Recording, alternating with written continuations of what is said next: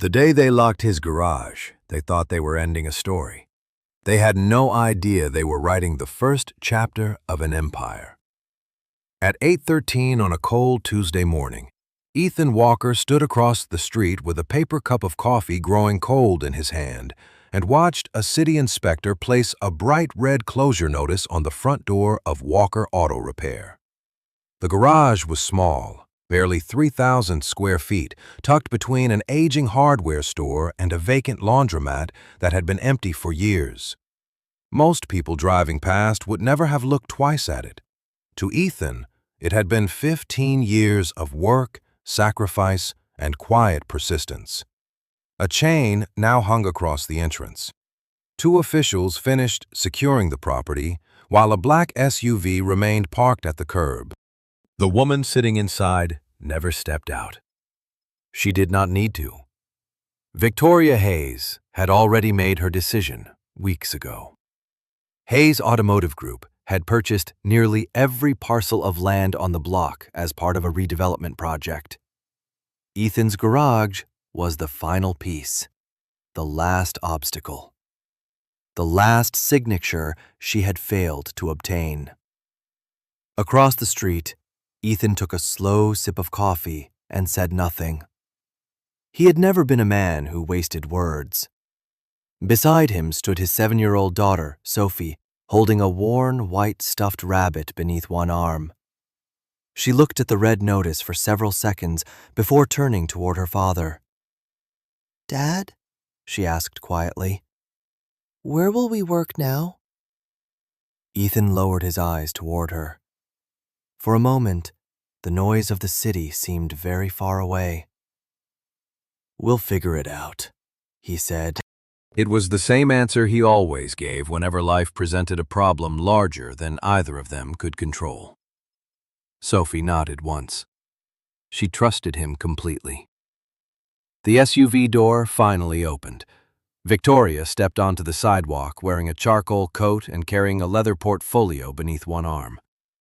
She was 31 years old, ambitious, respected, and accustomed to winning. Her company employed thousands. Her projects transformed entire districts. She glanced toward the garage, then briefly toward Ethan. There was no hostility in her expression, no satisfaction, just certainty. The certainty of someone who believed progress required difficult decisions. A lawyer beside her handed over a final document and spoke quietly. Victoria signed without hesitation. The deal was finished.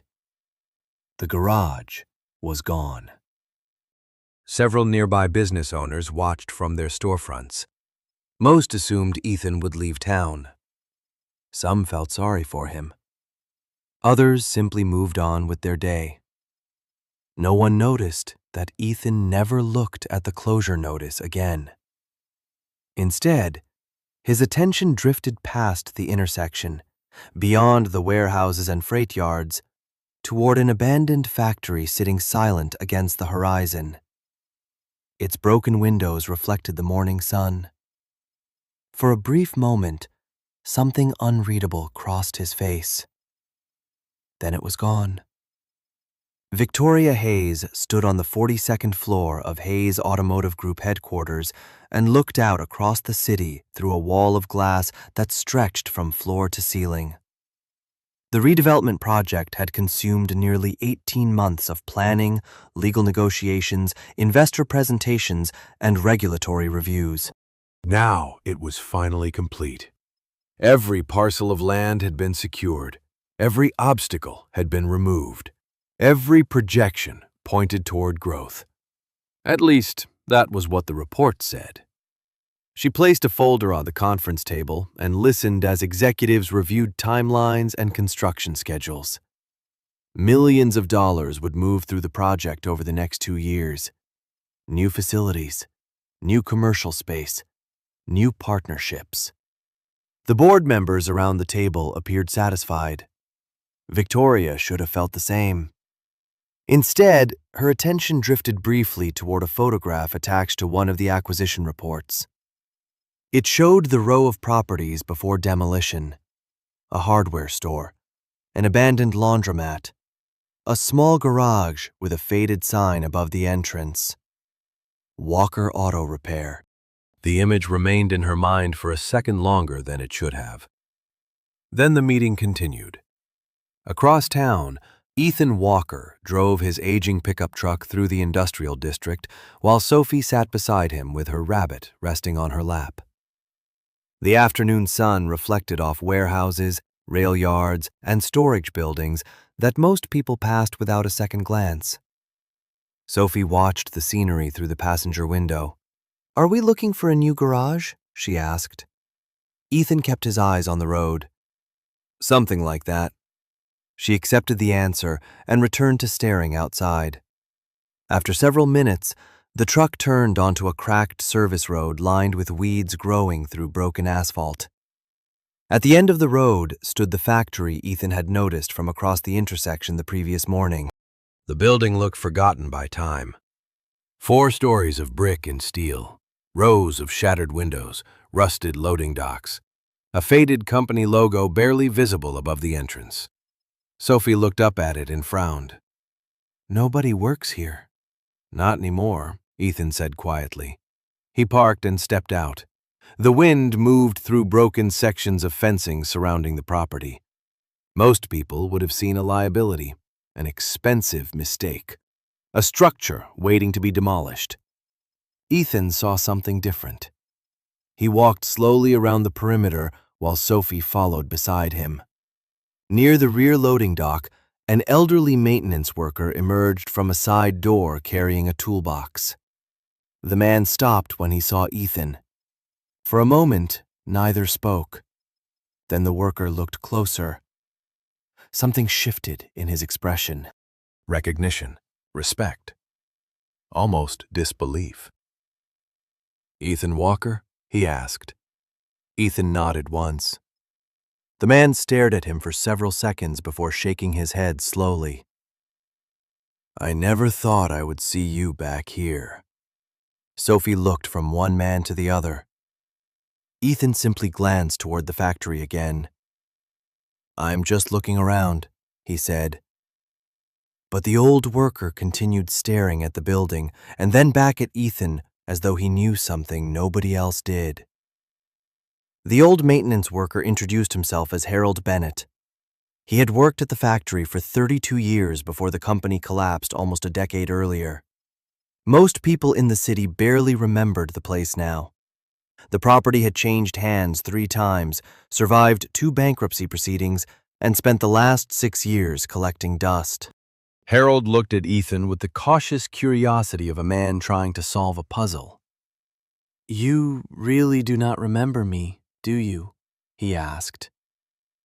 Ethan studied him for a moment before giving a small shake of his head. Harold smiled. "That figures." He turned and gestured toward the building. "Come on. If you are going to look around, you might as well see the inside." The massive front doors groaned as they opened. Sophie stepped closer to her father as they entered. The factory felt enormous. Sunlight filtered through broken windows high above the production floor. Dust drifted through long beams of light. Rusted equipment sat frozen in place like artifacts from another era. Conveyor systems stretched across the building. Empty offices overlooked the floor from elevated walkways. Most people would have seen decay. Ethan walked slowly through the silence. His eyes moved from machine to machine, section to section. Harold watched him the entire time. "Funny thing," Harold said. "A lot of investors came through here over the years. Real estate developers, corporate groups, consultants. They all walked exactly the same way." Ethan stopped beside a production line. "How?" Harold asked. "They looked at what was broken." Ethan rested a hand against the steel frame of an old machine. "And you?" Harold said. Ethan glanced across the factory floor. "I look at what still works." Harold laughed softly. The answer seemed to confirm something he already suspected. Sophie wandered carefully beside them until she stopped near a faded sign hanging above one section of the building. "Dad," Ethan turned. "This place used to build things?" she asked. "A lot of things," Harold answered before Ethan could speak. "Thousands of them." Sophie looked around the giant room. "Then why did everybody leave?" Harold became quiet. Ethan finally answered. "Sometimes people stop seeing value before the value is actually gone." Sophie nodded as if that made perfect sense. They continued walking. Near the rear of the building, Ethan entered a smaller workshop hidden behind a row of storage rooms. Unlike the rest of the factory, this section appeared unusually organized. Several machines remained covered beneath protective tarps. Tool cabinets stood neatly against the walls. Harold noticed Ethan studying the room. "Nobody touches this area," he said. "Why not?" Ethan asked. Harold folded his arms. "Because the last man who worked here told everyone not to." Ethan looked toward him. "Who was he?" Harold smiled again. "That is the interesting part." He paused. "The man who designed this workshop disappeared years ago. Nobody has seen him since." Then Harold looked directly at Ethan. "At least, not until today." The drive home was quiet. Sophie sat in the passenger seat, watching the late afternoon sunlight move across the dashboard, while Ethan kept both hands on the steering wheel. He had spoken fewer than 20 words since leaving the factory. That was normal for him. Sophie knew the difference between silence and worry. This was not worry. This was thinking. That evening, after dinner, Ethan spread several documents across the small kitchen table. Property records, tax filings, Utility reports. Sophie sat nearby coloring pictures beside her stuffed rabbit, while occasionally looking up at her father. The apartment was modest but orderly. Every tool had a place. Every bill was paid on time. Every dollar mattered. Ethan studied numbers long after the sun disappeared. Around 9 o'clock, Sophie finally looked up and asked, "Do you like the factory?" Ethan considered the question. "Yes."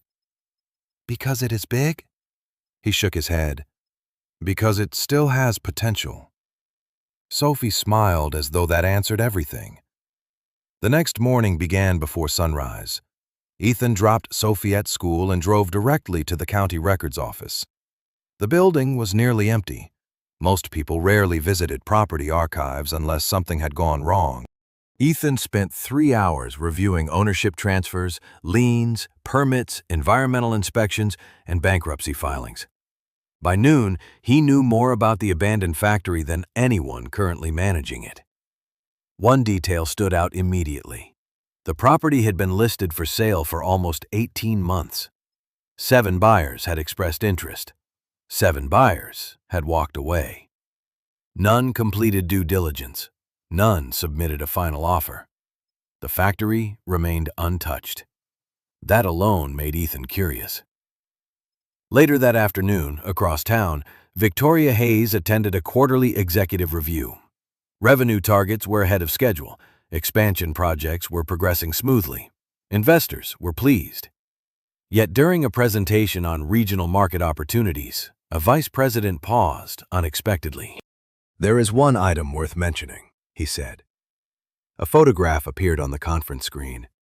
An abandoned factory. Victoria barely glanced at it. "What about it?" she asked. "Nothing important," the executive replied. "Just interesting. We have received 3 separate inquiries about the property in the last 48 hours. Victoria looked more closely. Something about the image felt familiar. Then she recognized the building. The same factory visible from the redevelopment district. "Who is asking about it?" she said. The executive checked his notes. "We do not know yet." Victoria nodded and moved on. The meeting continued. The subject seemed insignificant. But later that evening, as she prepared to leave the office, she found herself staring out across the city toward the industrial district. The factory stood dark against the horizon, empty, forgotten, waiting.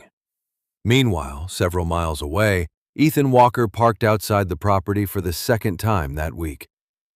This time, he carried a flashlight and a notebook. Harold Bennett was already waiting near the entrance. The old maintenance worker smiled when he saw him. "I had a feeling you would come back," Harold said. Ethan looked toward the massive structure rising above them. "I need to see the basement." Harold's smile widened slightly. "That is exactly what I was hoping you would say." The basement level stretched beneath nearly the entire factory. Harold led the way with a flashlight while Ethan followed several steps behind, studying details most people would have ignored. The concrete floor remained surprisingly solid. Support columns showed little structural deterioration. Electrical conduits ran through the ceiling in organized rows. Dust covered everything, but neglect was different from damage. The distinction mattered. After several minutes, Harold stopped beside a large steel door hidden behind storage racks. "Most visitors never find this," he said. He pulled a ring of old keys from his pocket and unlocked the door. The hinges groaned softly as it opened. Inside was a workshop unlike anything else in the building. The room looked frozen in time. Precision equipment lined the walls. Engineering drawings remained pinned beneath protective glass. Specialized tools rested exactly where they had been left years ago. Even the workbench appeared untouched. Ethan stepped inside without speaking. Harold watched him carefully. "Now do you remember?" he asked. Ethan ran his fingers lightly across the edge of the workbench. For a moment, his expression changed. Not surprise. Recognition. The room felt familiar. Sophie wandered toward a wall covered with faded photographs. "Dad," she said quietly, "you are in these pictures." Ethan turned. Several photographs showed teams of workers standing beside newly completed production systems. The images were old, but there was no mistake. A younger Ethan appeared in multiple frames, standing in the background, never in the center, never posing, just working. Harold smiled. "You always hated cameras." Sophie looked back at her father. "You worked here?" Ethan remained silent for several seconds. "A long time ago." Harold folded his arms. "Not exactly." Sophie looked confused. Harold pointed toward one of the photographs. "Most people think this factory failed because of bad management. That is only part of the story. What they do not know is that almost every production system that kept this place competitive was designed by one engineer." Sophie followed his finger. "My dad?" Harold nodded. Ethan looked away. "That was years ago." "It was," Harold agreed, "but the systems are still here." The old maintenance worker walked toward a control cabinet and opened it. Dust covered the surface, but the equipment inside appeared remarkably intact. "The funny thing," Harold said, "is that nobody ever figured out how half of this works." Ethan stepped forward and examined the panel. Within seconds, he identified 3 modifications that had never appeared in official documentation. Harold noticed immediately. "You recognize them?" Ethan closed the cabinet. "They were installed after the original plans." Harold laughed softly. "Exactly." The room became quiet. Sophie watched both men carefully. Something important was happening. She could feel it, even if she did not fully understand it. Then Ethan looked around the workshop one final time, and asked a question that made Harold's smile disappear entirely. Has anyone evaluated the manufacturing equipment in Building C recently? Harold stared at him. No. Ethan nodded once. Then they have no idea what this property is actually worth. 3 days later, Ethan Walker signed the purchase agreement. There was no ceremony, no investors, no reporters. Just a small office inside a county administration building and a stack of documents that most people considered worthless. The abandoned factory officially became his. The seller seemed relieved to be rid of it. Years of taxes, maintenance liabilities, and failed negotiations had turned the property into a burden nobody wanted. Ethan simply signed his name, shook hands, and walked out carrying a folder beneath one arm. That afternoon, Sophie sat beside him on the factory floor eating a peanut butter sandwich while workers from a local utility company inspected electrical systems throughout the building. The enormous structure still looked abandoned to an outsider. Broken windows remained. Dust covered most surfaces. Entire sections sat dark and silent. Yet small signs of life had begun appearing everywhere. Temporary lights illuminated key work areas. Utility connections were being restored. Inspection teams moved through hallways, carrying clipboards and equipment. Sophie watched them carefully. Are all these people working for us now? She asked. Ethan smiled faintly. Not yet. She seemed satisfied with the answer. Meanwhile, something unusual was happening across the city. Word had begun spreading, not through advertisements or press releases, through phone calls, old contacts, quiet conversations between people who had spent years in manufacturing, engineering, logistics, and equipment maintenance. A former production manager arrived first, then a retired systems technician.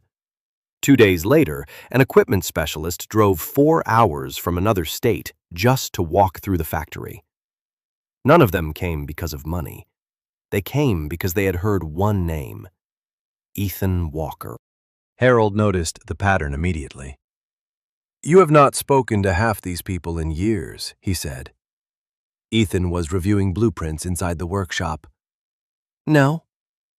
Then how do they keep finding you? Ethan folded the blueprint and set it aside. Good work travels. Harold laughed. That might be the most Ethan Walker answer I have ever heard. Across town, Victoria Hayes received another report mentioning the factory. This time she paid closer attention. The document showed increased utility activity, permit requests, equipment assessments, and contractor visits. None of it was particularly alarming, yet something about the timing bothered her. The property had sat dormant for years. Suddenly it was active. Her chief operations officer reviewed the file. Probably another redevelopment attempt, he said.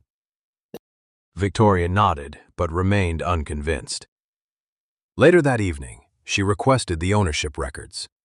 The response arrived less than an hour later. She opened the file and stared at the name on the screen. Ethan Walker. For several seconds, she said nothing. The office became completely silent.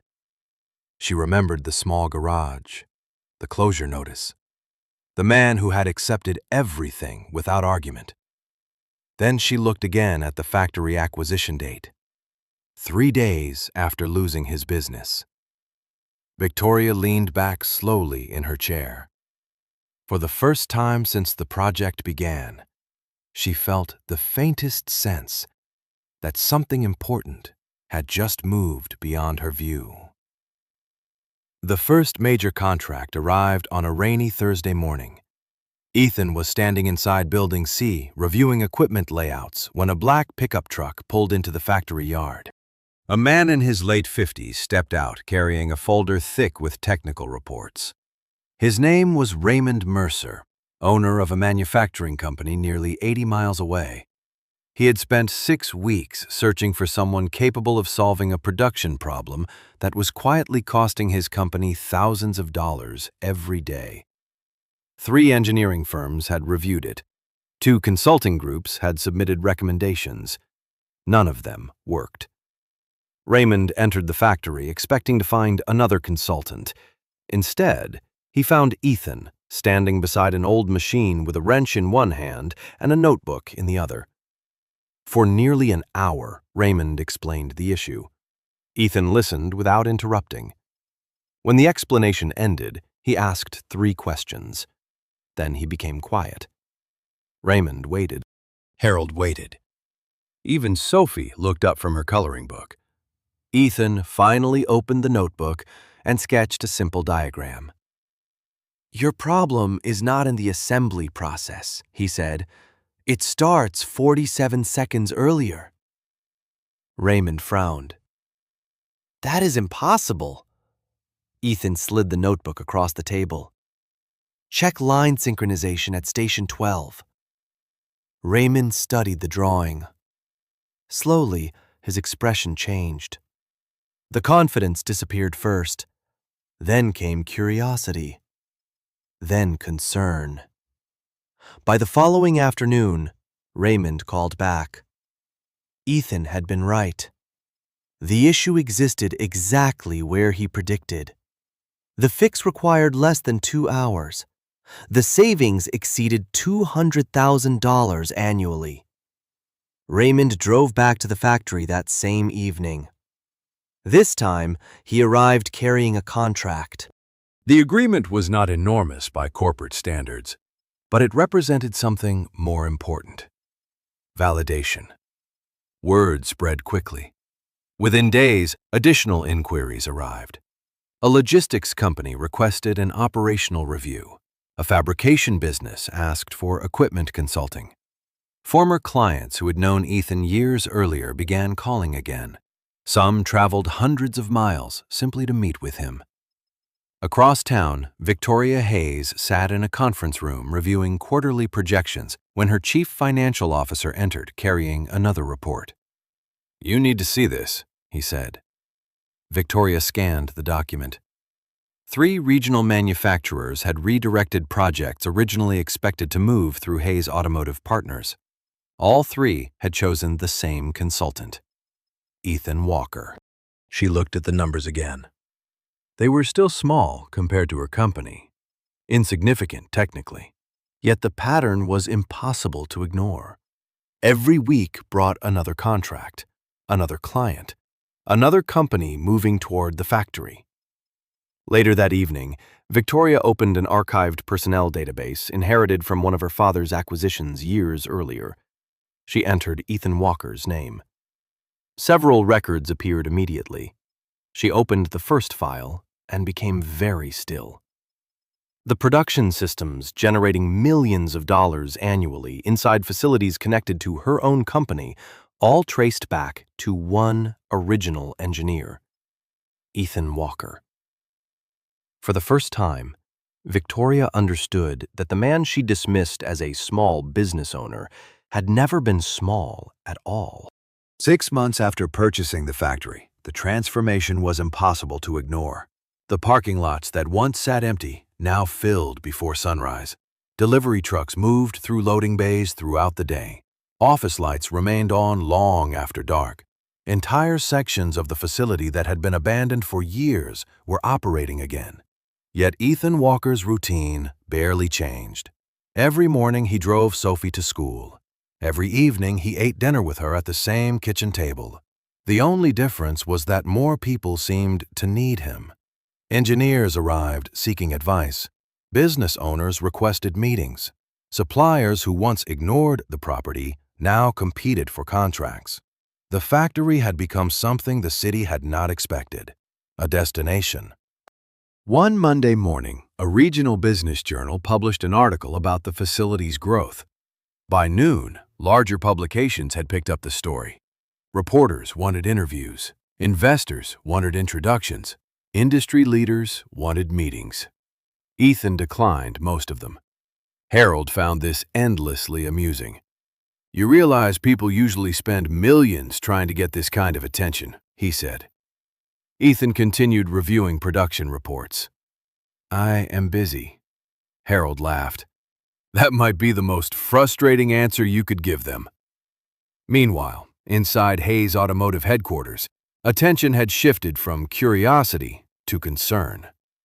Victoria Hayes sat at the head of a strategy meeting while executives reviewed market data. Several long-term suppliers had signed agreements with Ethan's company. Two manufacturers previously allied with Hayes Automotive had moved major projects to the factory.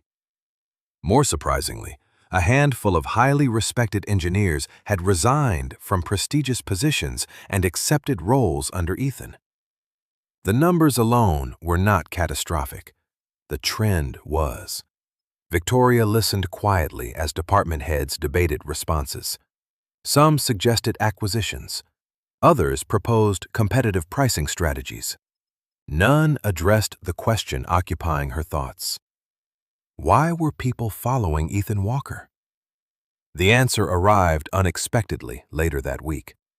An older board member requested access to historical company archives connected to one of her father's former ventures.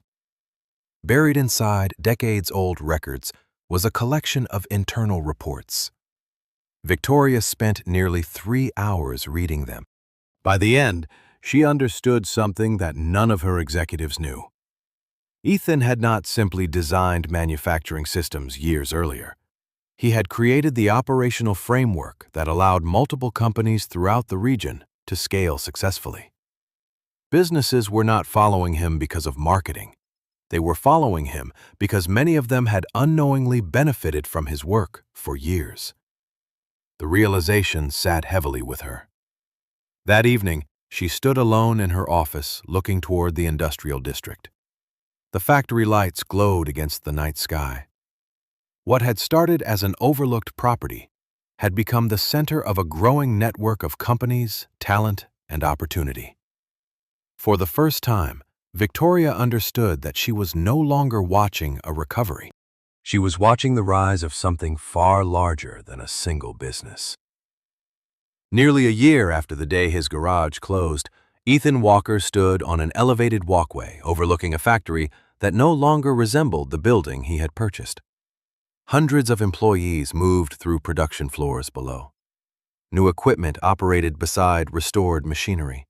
Shipping schedules covered entire walls of the operations center. The quiet property everyone had ignored now supported businesses across multiple states. Yet Ethan stood exactly as he always had, hands resting lightly on a railing, observing more than speaking. Sophie found him there after school, carrying her white rabbit beneath one arm. She looked across the factory floor and smiled. It is louder than it used to be. Ethan nodded. That usually means people are building something. Sophie seemed pleased with the answer. Later that afternoon, a black sedan arrived at the main entrance. Employees noticed immediately. Harold noticed first. You have a visitor, he said. Ethan looked through the office window and saw Victoria Hayes stepping out of the vehicle. She arrived without an assistant, without attorneys, without executives. For several seconds, she stood outside studying the factory before walking inside. The meeting took place in a conference room overlooking the production floor. Victoria sat across from Ethan while sunlight reflected off the glass behind them. For a moment, neither spoke. Finally, Victoria placed a folder on the table. This is an acquisition proposal, she said. Partnership options. Expansion opportunities. Full access to our distribution network. Ethan glanced at the folder, but did not open it. Victoria watched him carefully. Most companies would accept immediately. Ethan remained quiet. Below them, employees continued working. Forklifts moved through loading lanes. Production lines operated steadily. The building felt alive. Victoria followed his gaze. I misjudged you, she said. The admission seemed difficult for her. I looked at a small garage and assumed that was the whole story. Ethan finally looked at her. Most people did. Victoria nodded slowly. I thought I was removing an obstacle. Her eyes moved toward the factory floor. Instead, I created a competitor.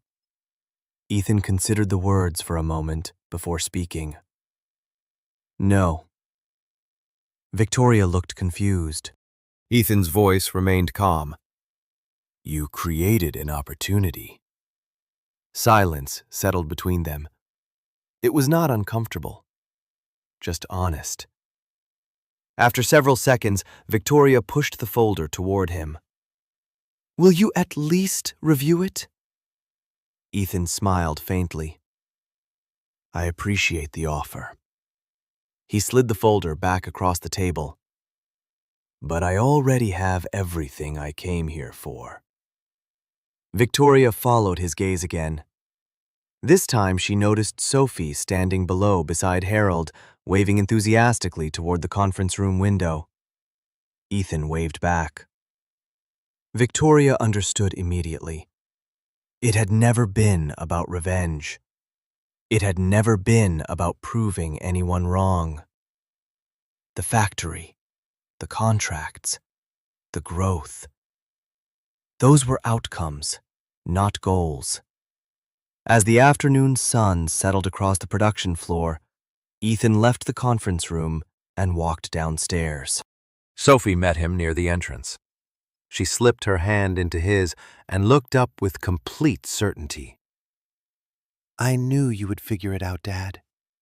Ethan smiled. Together they walked through the factory toward the parking lot, while hundreds of people continued building the future around them. And for the first time since losing his garage, there was nowhere else he needed to be.